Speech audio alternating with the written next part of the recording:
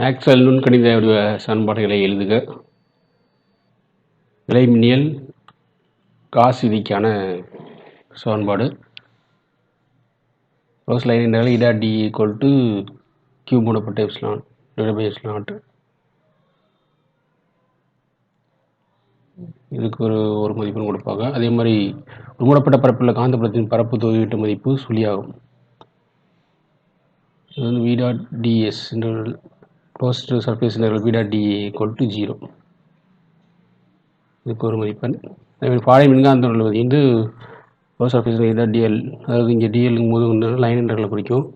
Close line integral we dot d l equal to minus d v d t 5b.